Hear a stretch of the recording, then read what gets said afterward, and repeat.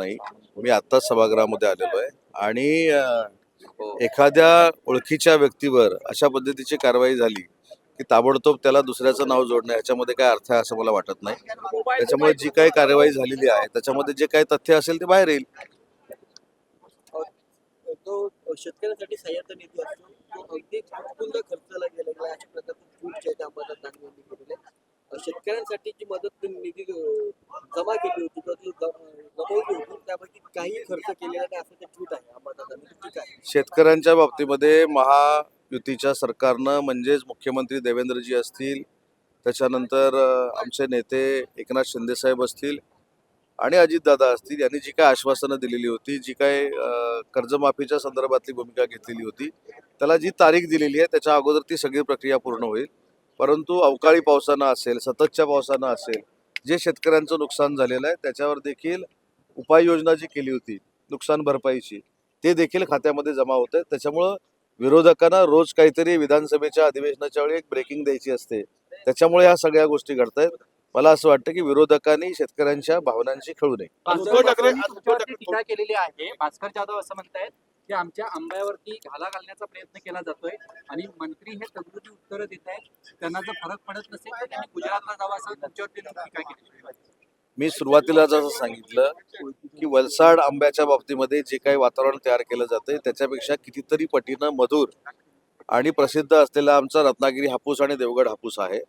जिओ नामांकन ऑलरेडी त्याला मिळालेलं आहे. जगाच्या बाजारपेठेमध्ये वलसाड हापूस काय आहे किंवा वलसाड आंबा काय आहे, कर्नाटकचा हापूस काय आहे आणि रत्नागिरी आणि देवगडचा हापूस काय आहे जगाला माहिती आहे. त्याच्यामुळं त्याच्यावर आक्रमण करण्याचा प्रश्नच उद्भवत नाही. एवढ्या ताकदीचा हापूस आंबा आमचा रत्नागिरी आणि देवगडचा आहे. तरी देखील वलसाडच्या माध्यमातून काय अर्ज केला गेलेला आहे, त्याच्यामध्ये कशा परमिशन त्याला मिळणार आहेत किंवा परवानग्या मिळणार आहेत याची आम्ही खातरजमा करून घेऊ. परंतु रत्नागिरी हापूस किंवा देवगड हापूसवर कुठचाही अन्याय होणार नाही ही भूमिकाच सरकारची असणार आहे.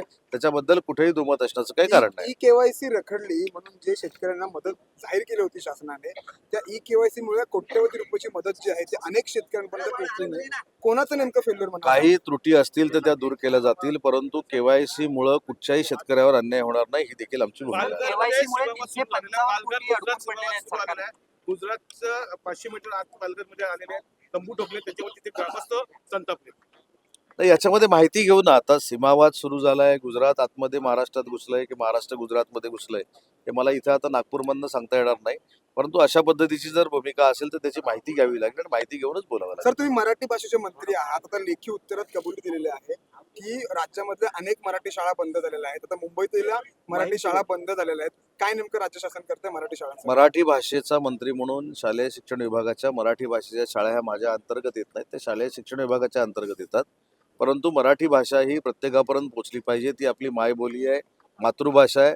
त्याच्या संवर्धनाचं काम मराठी भाषा मंत्रालय करतं आणि आम्ही योग्य त्या दिशेनं आणि योग्य त्या मार्गानं मराठी भाषा मंत्रालय चालवतं. एवढंच मला यामध्ये सांगायचं आहे. मराठवाडा असेल, प्रकरणामध्ये विदर्भ पार्थ असेल, पवारांना का वाचवलं जाते? पोलिसांनी त्यांच्यावरती गुन्हा का दाखल केला नाही असा सवाल न्यायालयाने केलेला आहे. काल देखील मी याचं उत्तर सांगितलं की सन्माननीय न्यायालयानं काय निर्देश दिलेत मला माहीत नाही. परंतु या संदर्भामध्ये मुख्यमंत्री महोदयांनी जी चौकशी समिती नेमलेली आहे त्या चौकशी समितीचा अहवाल आल्यानंतर योग्य ती कार्यवाही केली जाईल. पण सातत्यानं आपण जर बघायला गेलं या प्रश्नामुळे पार्थ पवार प्रकरणामुळे कुठेतरी सरकारची कोंडी होते का? कारण का सातत्यानं सगळ्यांची उत्तरही चौकशीच्या दिशेनं जात आहेत, मात्र थेट न्यायालय कोंडी होण्याचा काही प्रश्न येत नाही. परवाच्या एका प्रसार माध्यमाच्या मुलाखतीमध्ये देखील मुख्यमंत्री महोदयांनी सांगितलेलं आहे की चौकशी झाल्यानंतर याच्यामध्ये जे काही निष्पन्न होईल त्याच्यावर नक्की कारवाई होणार आहे आणि चौकशीची कार्यवाही सुरू आहे. त्याच्यामुळे कोणाला पाठीशी घालण्याचं, कुठे अडचणी देण्याचा काहीच संबंध येत नाही. मराठवाडा विदर्भ येथे शेतकऱ्यांच्या आत्महत्यांची संख्या वाढते. जवळपास वर्षभरात 2,000 शेतकऱ्यांनी आत्महत्या केल्याचा आकडा समोर येतो. शेतकऱ्यांची आत्महत्या होऊ नये यासाठी सरकार प्रयत्नशील आहे. त्याच्यासाठीच अवकाळी पाऊस असेल, सततचा पाऊस असेल, याच्यासाठी आपण नुकसान भरपाई दिलेली आहे.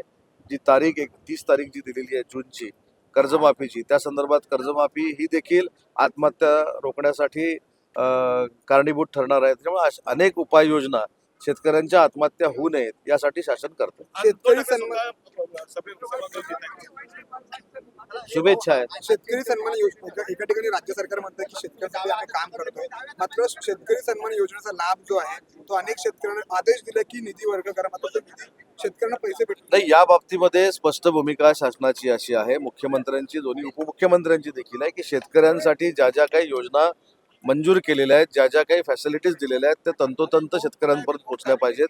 कदाचित थोडं पाठीपुढं झालं असेल, परंतु अनेक वेळा कॅबिनेटमध्ये तिन्ही नेत्यांनी शेतकऱ्यांवर अन्याय होणार नाही ही भूमिका प्रशासनाने घ्यावीच लागेल, या सक्त ताकीद प्रशासनाला दिलेला काल आहे. शरद धन्यवाद. पवार अजित पवार भेटलेले आहेत आणि आता अशी चर्चा होते की दोन्ही राष्ट्रवादी कुठेतरी एकत्र चर्चा टाका, तुमची ताकद वाढेल माहितीची. मला असं वाटतं की आधी येऊ देत एकत्र, मग याच्यावर आपण बोलू.